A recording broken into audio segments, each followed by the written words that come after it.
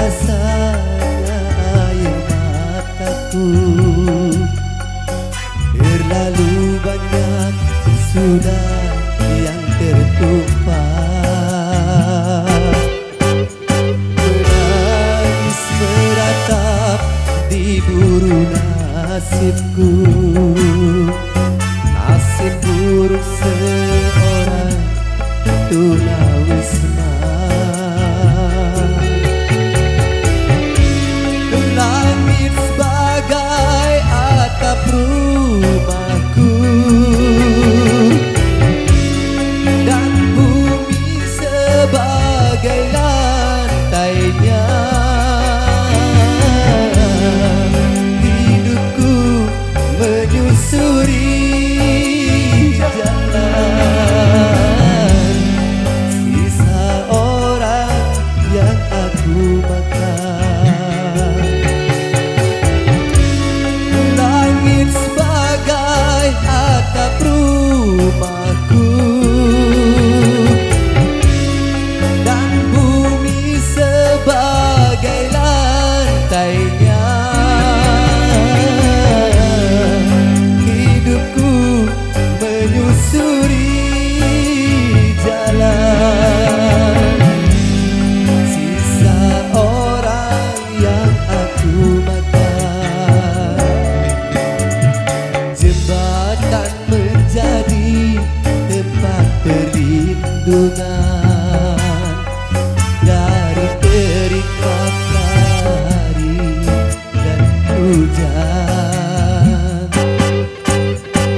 Beginilah hidup yang aku jalani. Entah sampai kapan hidup begini.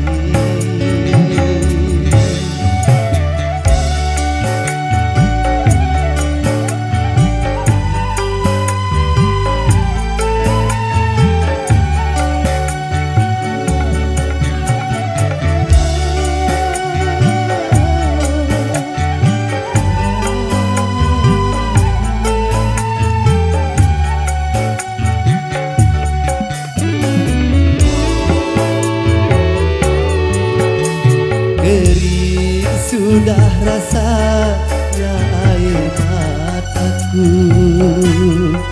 Terlalu banyak sudah yang tertumpah. Menangis meratap di buru nasibku. Nasib buruk seorang tunawisma. Langit sebagai atap rumahku dan bumi sebagai lantainya. Hidupku menyusuri jalan sisa orang yang aku makan. Langit sebagai atap rumahku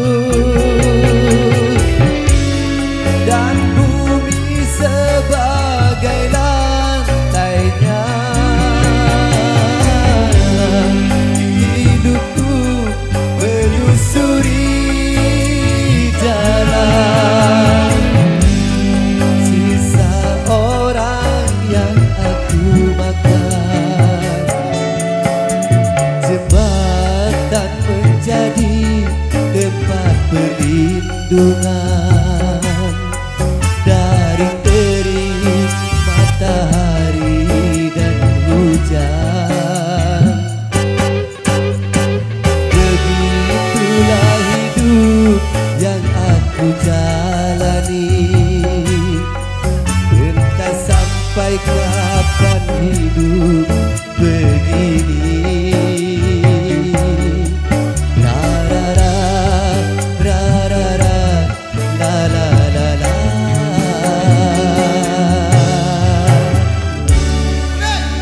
Oke baik, luar biasa, demikian satu persembahan awal jumpa kita di edisi